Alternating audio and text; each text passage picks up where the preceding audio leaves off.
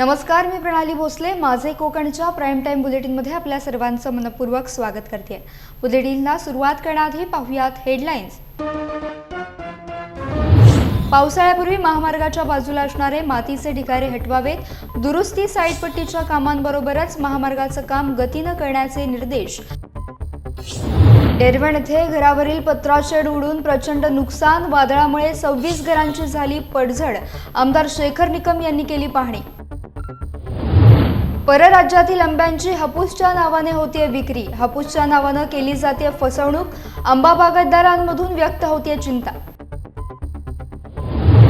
आणि नैऋत्य मोसमी वाऱ्यांनी अंदमान सीमा ओलांडली. नैऋत्य मोसमी वाऱ्यांचा अरबी समुद्रात प्रवेश. पाहुयात सविस्तर वृत्त.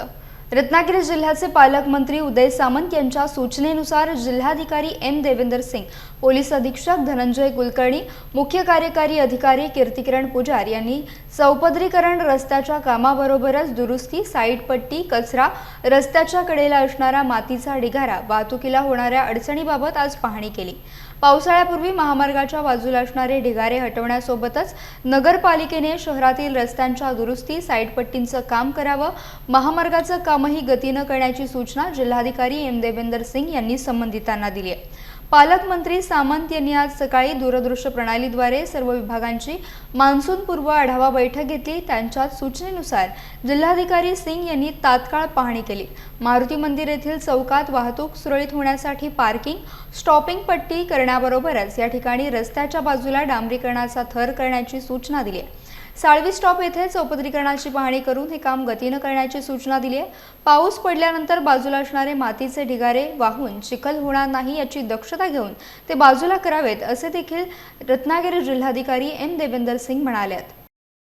आता आपण मागच्या 1 महिन्याचा कालखंड बघितला तो त्यामध्ये लहान बाळ जे आहे, सुट्टीच्या वेळी 2 लहान बाळ शील धरणावर गेले होते आणि त्यांच्या दुर्दैवाने मृत्यू झालेला आहे.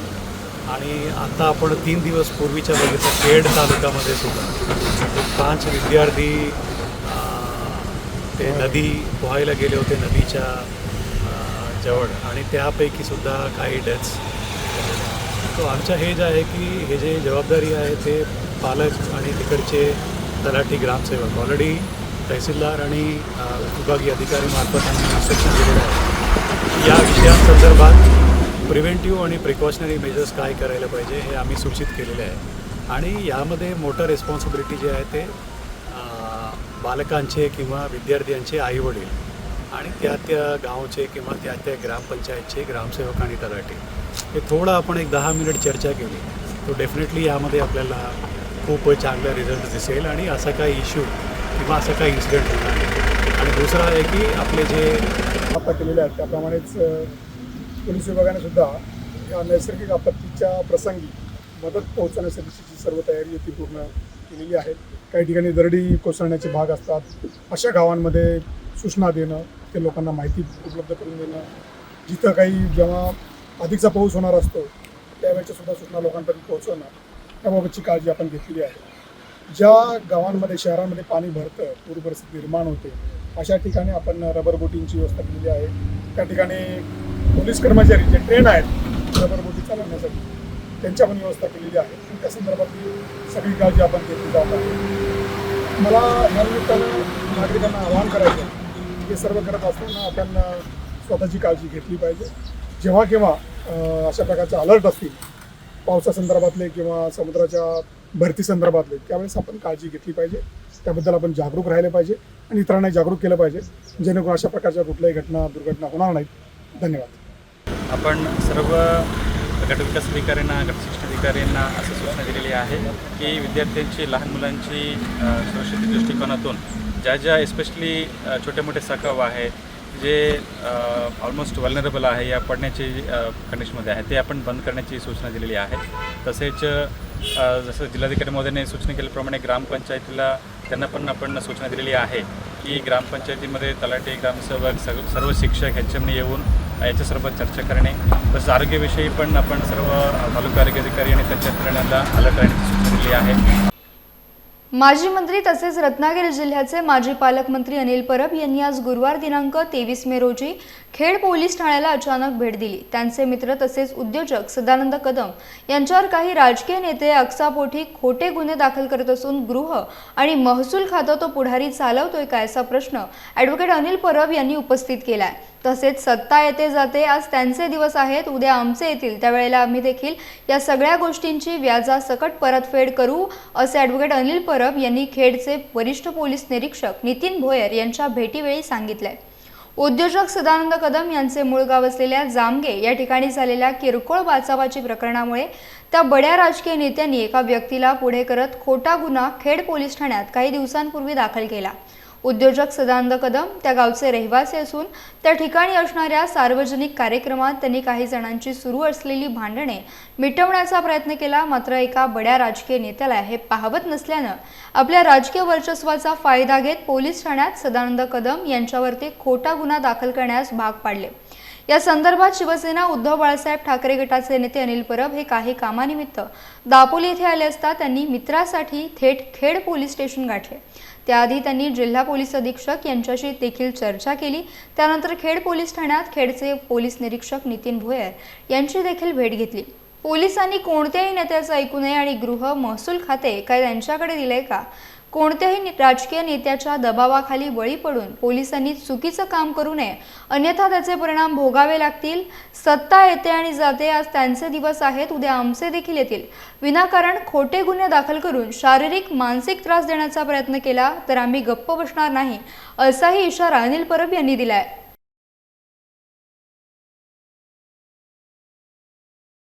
काल झालेल्या वादळी वाऱ्यामुळे चिपळूण तालुक्यातील डेरवण येथे मोठं नुकसान झालंय। नुकसानग्रस्त झालेल्या डेरवण गावातील सुर्वेवाडी, कांजारकोड, गणेशवाडी येथे आमदार शेखर निकम यांनी पाहणी केली। नुकसान झालेल्या भागात तात्काळ पंचनामे आणि मदत मिळावी यासाठी यंत्रणेला त्यांनी सूचना दिल्या। वादळी पावसामुळे या भागातील 26 घरांची पडझड तर काहींच्या घरावरील पत्राशेड उडून प्रचंड नुकसान झालंय। त्याचप्रमाणे या भागातील आंबा कलमे पडून जमीनदोस्त झाली आहेत। गेल्या 24 तासांपासून इथला विद्युत पुरवठा देखील खंडित करण्यात आला। वादळात नुकसान झालेल्या सर्व नुकसानग्रस्तांना त्वरित मदत मिळण्यासाठी प्रयत्न सुरू असल्याची माहिती आमदार शेखर निकम यांनी दिली आहे। नाही, कालचं वादळ एवढं प्रचंड होतं की आजपर्यंत एवढं इथं सगळे लोक आहेत त्यांच्या मला वाटतं आयुष्यात एवढ्या मोठ्या स्पीडने असलेलं वादळ एवढं पहिल्याच वेळी बघण्यात आलं होतं आणि प्रचंड नुकसान झालं आहे। प्रत्येक घराबादापासून ज्या ठिकाणी जाल तिथं नुकसान प्रचंड झालेलं आहे आणि ह्या सगळ्यामध्ये इतकं नुकसान झालं की शासनाने तातडीने दखल घेणं ह्या सगळ्या गोष्टीची खूप गरजेचं आहे। थोडंसं निकष बाजूला ठेवू, कारण अंशतः घर जरी 80% पडलं ते 6,500-7 हजारचाच नुकसान भरपाई मिळतं। तर हे निकष देखील बाजूला ठेवून पूर्ण घर मोडलं ह्याच्याप्रमाणे निकषात सुधारणा करून जर पैसे मिळाले तर लोकांचं थोडं तरी नुकसान त्यामध्ये भरून येईल। हे खूप मोठं नुकसान झालं आहे, अर्थात छोट्या छोट्या लोकांचं जास्त नुकसान झाल्यामुळे जास्तीचं लक्ष आम्ही ह्या सर्व भागांकडे देतो। रायगड जिल्ह्यातील अलिबाग तालुक्यातील उमटे धरणाचा प्रश्न ऐरणीवर आलाय। उमटे धरण क्षेत्रातील 47 गावे, 33 आदिवासी वाड्यांना भीषण पाणी टंचाईला सामोरं जावं लागतंय। धरणातील गाळ काढल्यास मुबलक शुद्ध पिण्यायोग्य पाणी मिळणार आहे, मात्र प्रशासनाची उदासीन भूमिका धोरण मारक ठरते। अशातच उमटे धरण संघर्ष ग्रुपच्या आव्हानाला दाद देत सामाजिक सेवाभावी संघटना, संस्था, दानशूर व्यक्ती यांनी माणुसकीचे दर्शन घडवत सामाजिक बांधिलकी जपली आहे। सध्या युद्ध पातळीवर गाळ काढण्याची प्रक्रिया सुरू आहे। पाण्यासारखा मूलभूत प्रश्नावर अलिबाग नगर परिषदेचे माजी नगराध्यक्ष प्रशांत नाईक, शेतकरी कामगार पक्षाच्या महिला आघाडी प्रमुख चित्रलेखा पाटील महत्त्वपूर्ण योगदान देत आहेत। जवळ असणारं तयार असलेलं धरण आज ते नेस्तनाबूत होत चाललेलं आहे, म्हणजे काहीच नाही पाणी आज राहिलेलं। आणि हा जो पाण्याचा प्रश्न हा भेडसावत आहे। मागील 2 महिने आम्ही संपूर्ण इथं जो पट्टा जो आहे हा संपूर्ण आम्ही आज 300 रुपये टाकी 1000 रुपये 500 लिटरचे पाणी आणून आज आम्ही दिवस भागवत आहोत आणि हे परवडण्यासारखं नाही, कारण ग्रामीण एरिया तसं पाहिलं तर अजून डेव्हलप झालेलं नाही। त्या पाण्यापासून आज ते त्यांना आम्हाला भोगायला लागत आहे। परंतु हे सगळं पाहून आज जर पाहिलं तर नगराध्यक्ष प्रशांतजी नाईक यांना आम्ही धन्यवाद देतोय, कारण ते राजकीय विषय हा बाजूला एक सामाजिक बांधिलकी म्हणून ते आज पुढे आलेले आहेत। त्यांना प्रथम धन्यवाद देईन। उमटे धरण संघर्ष कमिटीच्या माध्यमातून आज एक सेवा करण्याची ही संधी आम्हाला मिळाली। खूप आनंद वाटतो आहे की गेली 6 वर्ष आम्ही या क्षणाची वाट बघत होतो. हा आमच्यासाठी ऐतिहासिक क्षण आहे, कारण 44 गावं आणि 36 वाड्यांना आज पाणी पुरवठा करणारं हे जे धरण आहे हे 70% गाळानं भरलेलं आहे. आणि याच्यासाठी हा गाळ निघावा याच्यासाठी आम्ही आणि आमच्या संघर्ष उमटे धरण संघर्ष कमिटीच्या वतीनं अनेक ठिकाणी जाऊन खूप साऱ्या पायऱ्या आम्ही झिजवल्या आणि प्रशासन असेल किंवा सामाजिक कार्यकर्ते असतील, पॉलिटिक्समधले कार्यकर्ते असतील, याच्यामध्ये जाऊन त्यांना मी विनवणी केली. परंतु या 6 वर्षामध्ये आम्हाला यश आलं नाही. परंतु ह्या 3 दिवसापूर्वी आज याची दखल घेतली गेली आणि आज हा गाळ काढायला खरी याची सुरुवात झालेली आहे. कारण अधिकारी जे आहेत, सरकारी अधिकारी आहेत, त्यांनी आता कानात बोळे घातलेले आहेत. समोर काय दिसते ते पाहत नाहीत. जे धरणावर गाळ आहे त्याकडे ते दुर्लक्ष करतात. आम्ही 4 दिवस झाले धरणातला गाळ काढतोय. प्रशांत नाईक साहेब दररोज संध्याकाळी फेरी मारतात.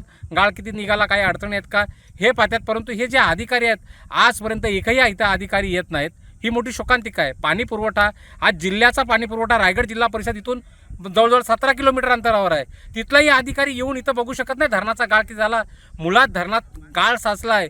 हे फक्त ते तिकडं कागदोपत्री ठरवतात. परंतु आता प्रॅक्टिकल इथं तरुण इथे उतरलेत गाळ काढायला. त्यांचं आद्य कर्तव्य आहे की बाबा मी अधिकारी आहे त्या डिपार्टमेंटचा, माझी जबाबदारी आहे की धरणावर जाऊन गाळ काढणं आहे. हे गेंड्याच्या कातडीचे अधिकारी हे इतर येत नाही. ही मोठी शोकांतिका आहे.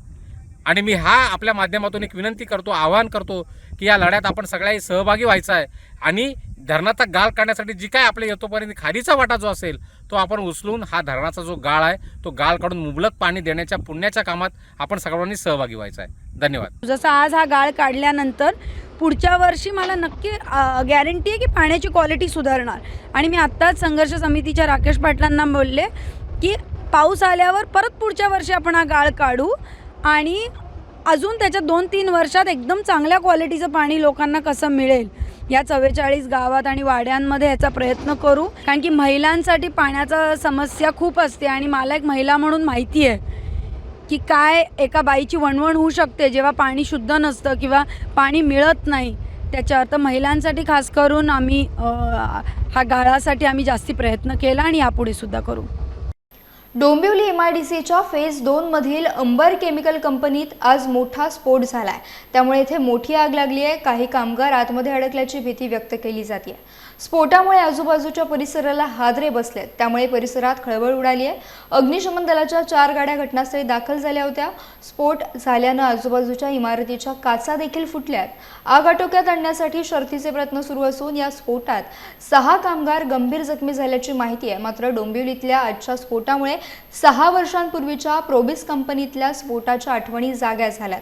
संबंधित कंपनीच्या ऑक्सिजन प्लांटमध्ये काही यंत्रानं लहान मोठे स्फोट काही काळानंतरही सुरू राहिल्यानं या घटनेची तीव्रता वाढण्याची भीती आता व्यक्त केली जाते. संगमेश्वर तालुक्याला मान्सूनपूर्व पावसानं झोडपलं असून वादळी वाऱ्यासह आलेल्या पावसाने मुंबई गोवा राष्ट्रीय महामार्गावर चिखलाचं साम्राज्य पसरलंय. मानसकोंड येथे खड्ड्यांमध्ये 3 ते 4 फूट पाणी साचल्याने अनेक गाड्या अडकून पडल्या होत्या. रात्रीच्या दरम्यान या गाड्या अडकून पडल्यानं महामार्गावर वाहनांच्या रांगा लागल्या होत्या. अडकलेल्या गाड्या बाहेर काढण्यासाठी अखेर पोलिसांनी घटनास्थळी धाव घेतली होती. कोणतीही दक्षता न घेता सुरू केलेल्या चौपदरीकरणाच्या कामामुळे महामार्गावरून धावणाऱ्या गाड्यांना अनेक समस्यांना सामोरे जावे लागते.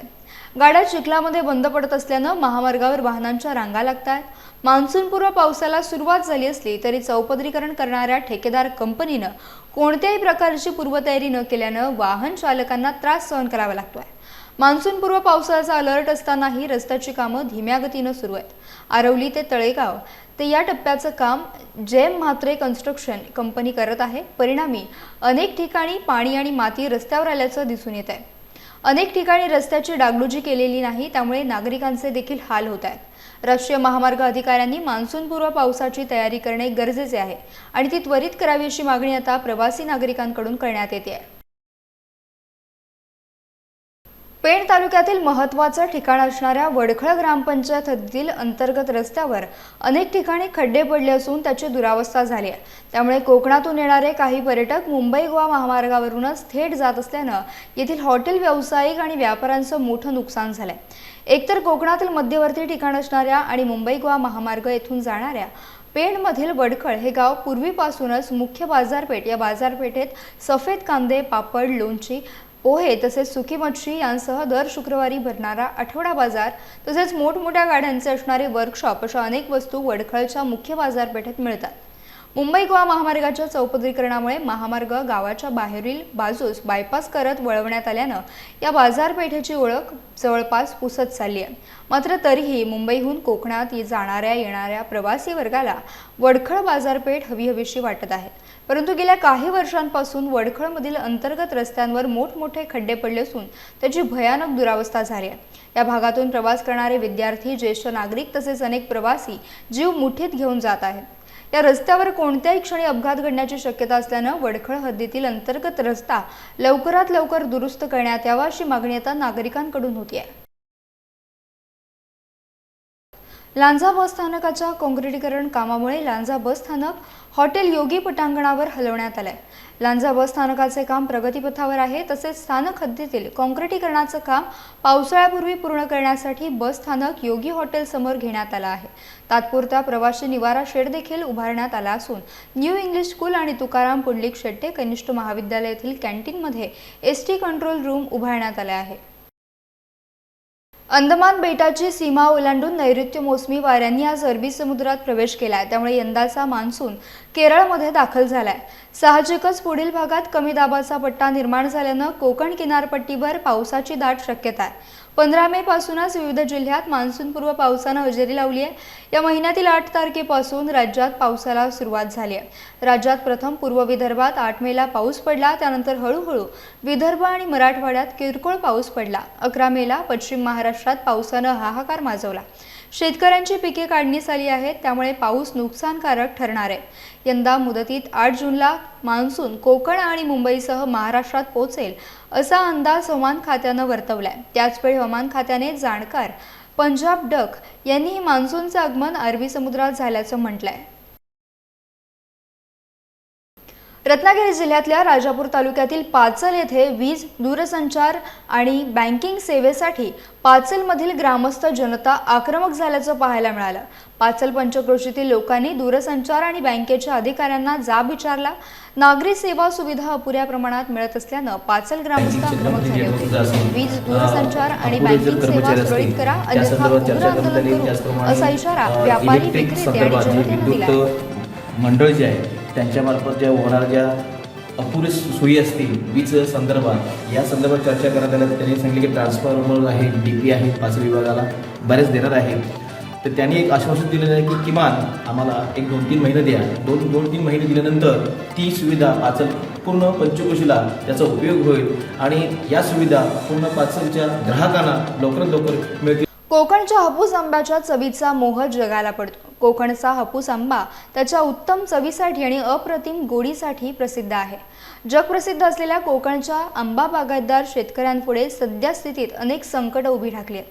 कोकणातील शेतकरी हवामान बदल, आसमानी नैसर्गिक संकटात देखील पुन्हा जिद्दीने उभा राहतो. हा शेतकरी आत्महत्या करीत नाही. सरकारकडून आंबा बागायतदारांना आवश्यक ती मदत मिळत नाही ही शोकांतिका आहे. शिवाय परकीय आंब्यांचे हापूसच्या नावाखाली होत असलेले अतिक्रमण चिंतेची बाब असून या कारणाने शेतकऱ्यांवर अन्याय होतोय, ग्राहकांची फसवणूक होते आणि आंतरराष्ट्रीय बाजारपेठेत हापूसचे नाव बदनाम होत आहे. हे थांबले पाहिजे. कोकणच्या हापूसचे वैशिष्ट्य आणि गुणधर्म, हापूसचा रंग, सुगंध आणि चव यावरून ओळखता येते. कोकणचा हापूस आंबा जागतिक बाजारपेठेत पोहोचला याचा आनंद आणि समाधान आंबा बागायतदारांमधून व्यक्त होतोय. परराज्यातला आंबा येतोय तो हापूस सदृश्य आहे, हापूससारखा दिसतोय. त्याच्यामुळे आपल्या हापूसमध्ये मिक्स करून तो विकला जातोय. त्याच्यामुळे कोकणातल्या शेतकऱ्यांवर अन्याय होतोय. हा शेतकऱ्यांवर अन्याय होत असं नाही, तो ग्राहकांची फसवणूक आहे आणि यामध्ये हापूस आंब्याची बदनामी होते. सगळ्यात महत्त्वाचं आहे हापूस आंब्याची बदनामी होते. वर्षी आंब्यावर जर रोगराईचा प्रॉब्लेम आला असेल तर फुलकिडे किंवा थ्रिप्स, इंग्लिशमध्ये त्याला थ्रिप्स बोलतात. अतिशय छोटी अशी ती कीड आहे, पण त्या किडीने थैमान घातलं होतं आणि कुठल्याही कीटकनाशकाने ती मेली नाही. कोकण कृषी विद्यापीठाचे शास्त्रज्ञसुद्धा येऊन सर्वे करून गेले. शासनाकडे सुद्धा आम्ही तक्रारी केल्या होत्या, पण कोणालाही त्याच्यावर काही उपाय सांगता आलेला नाही. शेतकरी हवाल दिला आहे. आता आंबा सीझन हा अखेरच्या पडावात आहे आणि सध्या प्रचंड उष्णता वाढलेली आहे, ह्युमिडिटी वाढलेली आहे. त्याच्यामुळं आंबा पिकून पडण्याचं प्रमाण खूप वाढलेलं आहे. ही उष्णता खूप जास्त वाढलेली आहे, त्याच्यामुळं जरा जास्तच नुकसान होतं आहे. लांजा तालुक्यातील सावफेट नेमणवाडी येथील 29 वर्षीय विवाहित महिला बेपत्ता झाली असून ती घरातून निघताना लांजा येथे डॉक्टर पत्की यांच्या दवाखान्यात जाते असे सांगून गेली. मात्र घरात न परतल्यानं तिच्या पतीनं लांजा पोलीस स्थानकात बेपत्ता झाल्याची तक्रार दाखल केली आहे. संध्या नेमण ही मंगळवारी 21 मे रोजी सकाळी 11 वाजण्याच्या सुमारास घरातून निघताना लांजा येथे डॉक्टर पत्की यांच्या दवाखान्यात चेकअपसाठी जाते असं सांगून घरातून निघून गेली. ती घरी परत न आल्यानं संजय बापू नेमण यांनी आजूबाजूतील परिसरात तिचा शोध घेतला. तसेच नातेवाईकांकडे फोन करून चौकशी केली. सर्वत्र शोध घेऊनही काही सांगपत्ता लागत नसल्यानं अखेर संजय नेमण यांनी बुधवारी 22 मे रोजी दुपारी 1:30 वाजण्याच्या सुमारास लांजा पोलीस स्थानकात आपली पत्नी संध्या नेमण ही बेपत्ता झाल्याची तक्रार दाखल केली. संध्या नेमण हिची उंची 5 फूट, रंग सावळा, काळे केस, लहान चेहरा उभा, बांधा सडपातळ, अंगात हिरवी साडी, पायात जोडवी, नाकात फुली, पायात चप्पल, हातात दोन्ही कापडी पिशव्या आणि सोबत सॅमसंग कंपनीचा मोबाईल अशा प्रकारची संध्या नेमण हिचे वर्णन असून ही व्यक्ती कोणाच्या निदर्शनास आल्यास त्यांनी पोलीस स्थानकात संपर्क साधावा असे आवाहन लांजा पोलिसांकडून करण्यात आले आहे. पेण तालुक्यातील सोनारखार गावातील खाडीमधील खैसातील गाळणी भरली असल्यानं सोनखार विभागातील सोनखार, काळेश्री, कलवे, उर्नोली, मोजे गावात 700 ते 750 एकर भात शेती पावसाच्या पाण्यामुळे खराब होत होती. याची दखल घेत शेतकऱ्यांनी सोनखार गावातील खाडीमधील खैसातील गाळ काढण्यासाठी वैकुंठ पाटील यांनी गावात जाऊन पाहणी केली आहे आणि शासनाच्या कोणत्याही निधीची वाट न पाहता त्यांनी स्वतः तातडीने गाळ काढण्यासाठी JCB आणि कामगार आणून गाळ उपसण्यास सुरुवात केली आहे. यावेळी विभागातील सर्व शेतकऱ्यांनी स्वतःहून लोकवर्गणी काढून त्यांना हातभार लावला. यावेळी सोनखार, कालेश्री, कळवे गावातील ग्रामस्थ, शेतकरी, महिला वर्ग मोठ्या संख्येने उपस्थित होते. गजानन कीर्तीकर यांची पक्षातून त्वरित हकालपट्टी करावी अशी मागणी शिवसेना उपनेते शिशिर शिंदे यांनी मुख्यमंत्री एकनाथ शिंदे यांना पत्र लिहून केली आहे.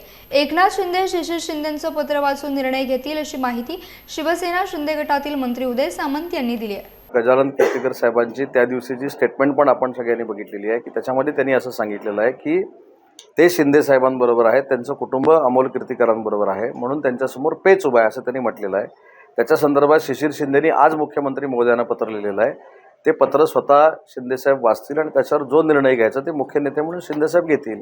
असं पक्षात एकटे पडलं असं नाही म्हटलं त्यांनी असं म्हटलं की घरामध्ये अमोल कीर्तीकर हे उभे राहिल्यामुळं कुटुंब जे आहे ते अमोलबरोबर राहिलं आणि मी एकटा राहिलो, म्हणून त्याच्या टर्निंग पॉईंटला मी एकटा पडल्यासारखं वाटलं असं त्यांचे स्टेटमेंट आहे. एक सांगा की घरामध्ये मुलगा लढतोय, वडील कदाचित दुसऱ्या विचाराचे असतील, पण जर मुलगा निवडून आला तर वडिलांना दुःख होईल. तर पुणे शहरातील कल्याणी नगरमध्ये झालेल्या अपघातावरून आता राजकीय आरोप प्रत्यारोपांना वेग आलाय. राज्याचे उपमुख्यमंत्री आणि गृहमंत्री देवेंद्र फडणवीस यांनी पुण्यात पोलीस अधिकाऱ्यांची बैठक घेतली आणि त्यानंतर पत्रकार परिषद घेत सविस्तर भूमिका मांडली. या प्रकरणी पोलिसांनी सुरुवातीपासूनच कठोर कारवाई करण्याच्या दृष्टीनं आरोपींवर 304 हे कलम लावले होते अशी माहितीही फडणवीसांनी दिली होती. या प्रकरणी देवेंद्र फडणवीस यांच्यावर विविध आरोप केले जात आहेत. त्यावर आता मंत्री उदय सामंत यांनी भाष्य केलं आहे. ज्या पद्धतीनं तिथं जाऊन देवेंद्र फडणवीस साहेबांनी निर्णय घेतलेले आहेत. अल्पवयीन मुलगा असताना तो देखील बारमध्ये होता. तो बार काल सील केलेला आहे की आज सील केलं आहे मला माहीत नाही. राज्य उत्पादन कधी काल सील केलेलं आहे. 48,000 रुपयाचं जे बिल झालेलं आहे ते देवेंद्रजींनी स्वतः सांगितलेलं आहे. आणि देवेंद्रजींनी एवढंच थांबले नाहीत तर ती गाडी 17 वर्षाच्या मुलाला चालवायला देणारा वडील ह्याला दोषी आहे म्हणून तो कोण काय अगरवाल ना, त्याला देखील अटक केलेली आहे. उद्या मी स्वतः पुण्यामध्ये जातोय, ते माझ्या कुठच्याही मिटिंगला नाही. ज्या घरामध्ये ही दुर्घटना घडलेली आहे त्या दुर्घटनेमध्ये बाधित झालेले जे कुटुंब आहे त्यांच्या भेटीलाच मी उद्या पुण्यामध्ये जातोय. तर त्यांच्याशी देखील चर्चा करेन आणि त्याच्यानंतर बोललेलं चांगलं. श्रीमंत दगडूशेठ हलवाई सार्वजनिक गणपती ट्रस्ट आणि सुवर्णयुग तरुण मंडळातर्फे आज मंदिरात शहाळे महोत्सव आयोजित करण्यात आला होता. गणपती बाप्पांना तब्बल 5,000 शहाळ्यांचा महानैवेद्य अर्पण करण्यात आला अशी माहिती ट्रस्टचे अध्यक्ष माणिक चव्हाण यांनी दिली. आज पहाटे 3 वाजता ब्रह्मणस्पती सूक्त अभिषेक झाला. त्यानंतर पहाटे 4 वाजता प्रख्यात गायक डॉक्टर अभिजित कोसंबी, प्रसेनजित कोसंबी आणि छोटे उस्ताद फेम श्रेया मयूरराज यांचा स्वराभिषेक कार्यक्रम संपन्न झाला. त्यानंतर गणेश याग संपन्न झाला. सूर्योदय समयी पुष्टीपती विनायक जन्मोत्सव आयोजित करण्यात आला होता. श्रीमंत दगडूशेठ हलवाई गणपती बाप्पांच्या मंदिरामध्ये हा गणरायांचा जन्मोत्सव अतिशय आनंदात उत्साहात साजरा केला जातो.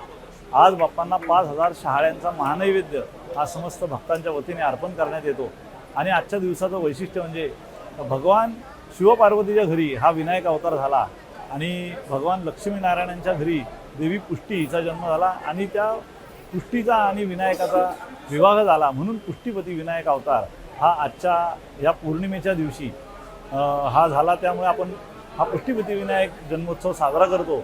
शहाळे महोत्सव साजरा होतो आहे. जवळजवळ 7,000 ते 8,000 शहाळ्यांचं डेकोरेशन इथं केलेलं आहे आणि बाप्पा समोर बसून त्याची सगळी गाणी म्हणजे सगळी फक्त बाप्पाचीच गाणी गायला संधी मिळाली. मला वाटतं की ओंकार स्वरूपा सद्गुरू समर्थ या गाण्यापासून आमची सुरुवात झाली होती, जे खूप लहानपणापासून आम्ही गाणं गात होतो. आज ते गाणं बाप्पासमोर गायला मिळालं आणि जवळजवळ 2.5-3 तास आम्ही बाप्पाची सेवा केली गाण्यातून. तर मला वाटतं की बाप्पाचा हा आशीर्वाद असाच आमच्याजवळ आमच्या शिरावरती असावा. तर आज श्रीमंत दगडूशेठ हलवाई गणपतीच्या शहाळे महोत्सवात मला गाण्याची संधी मिळाली. त्यासाठी मी श्रीमंत दगडूशेठ हलवाई ट्रस्टचे खूप खूप आभार मानते. तर मला खूप छान वाटलं, म्हणजे वाटलं नव्हतं की मला डायरेक्ट बाप्पा समोर माझी गाणी गाता येतील, पण हे बाप्पाच्या कृपेने शक्य झालं. तर खूप छान वाटतंय मला. परीक्षा आणि निवडणुका संपल्यानंतर कोकणातील पर्यटन स्थळे गजबजू लागली आहेत. गुहागर समुद्रकिनाऱ्यासह अन्य पर्यटन स्थळांवरही पर्यटकांची गर्दी वाढू लागली आहे. गुहागर तालुक्यात दररोज हजारो पर्यटक येत असल्यानं येथील आर्थिक उलाढाल देखील वाढली आहे. यावर्षी निवडणुका आणि वाढत्या उकाड्यामुळे मुंबई पुण्यातील नागरिकांनी मे महिन्याच्या पहिल्या आठवड्यात फिरायला यायचं नियोजन केलं नव्हतं. त्यामुळे परीक्षा लवकर संपूनही कोकणातील पर्यटन स्थळांवर शुकशुकाट होता. 2 दिवसांपूर्वी निवडणुकीचा शेवटचा टप्पा झाल्यानंतर आता कुटुंबासह मुंबई पुण्यातील लोक पर्यटनासाठी मोठ्या संख्येनं बाहेर पडलेत. दापोली, गुहागर, रत्नागिरी, राजापूर या ठिकाणी मोठ्या संख्येनं पर्यटकांची गर्दी पाहायला मिळते. पूर्वी गुहागरला धावती भेट देऊन जाणारा पर्यटक आता मात्र सलग 3 दिवस वास्तव्य करू लागला. एवढेच नव्हे तर गुहागरमध्ये राहून आता गणपतीपुळे आणि दापोलीतील पर्यटन स्थळे देखील पाहून पुन्हा गुहागरमध्ये येऊ लागल्या. ही येथील पर्यटन सोयीसुविधांमुळे हे सर्व शक्य झालंय. या सुट्टीमुळे गुहागर चौपाटी, समुद्रातील बोटिंग, घोडेस्वार, उंट सफर, खाद्यपदार्थांचे स्टॉल यांवर गर्दी पाहायला मिळते. यासह बुलेटिनमध्ये वेळ झाली इथेच थांबण्याची. भेटूयात नवीन बुलेटिनसह. तोपर्यंत तुम्ही कुठेही जाऊ नका. पाहत रहा फक्त माझे कोकण.